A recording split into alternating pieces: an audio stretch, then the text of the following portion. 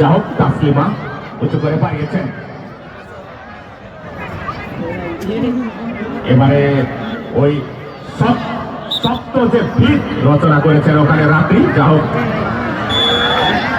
আবারও কিন্তু রেফারি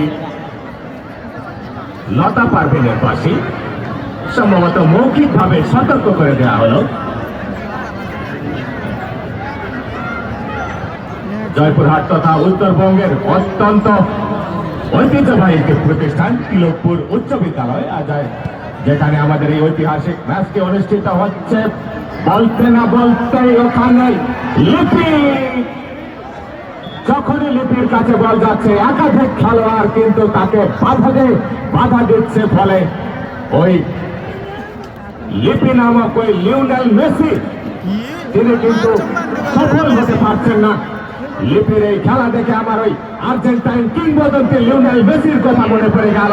যা হোক আবার মাঠ থেকে ফুল পাস, ওখানে অনামিকা ত্রিপুরা আবার মাঠ থেকে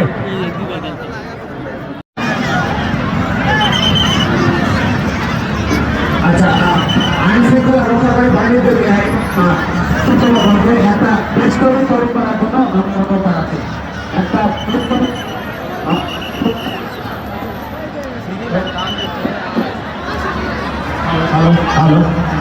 একটা বেষ্টনী তৈরি করুন আপনারা, যারা আইন শৃঙ্খলা রক্ষাকারী বাহিনীর সদস্য আছেন এবং যারা স্বেচ্ছাসেবক আছেন, একটা আমাদের মঞ্চের সামনে একটা বেষ্টনী তৈরি করুন। এই বেষ্টনী যাতে কেউ অতিক্রম করতে না পারে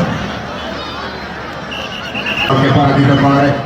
এবং আমি সম্মানিত যারা আইন শৃঙ্খলা রক্ষাকারী বাহিনী এবং স্কাউট এবং যারা আইন শৃঙ্খলা রক্ষাকারী বাহিনী যারা আছেন দায়িত্বে আছেন তাদেরকে যে বেষ্টনীটি তৈরি করা হয়েছে সেই বেষ্টনী কাউকে অতিক্রম না করার জন্য আমি সকল দর্শকগণকে আমি বিনীত অনুরোধ জানাচ্ছি।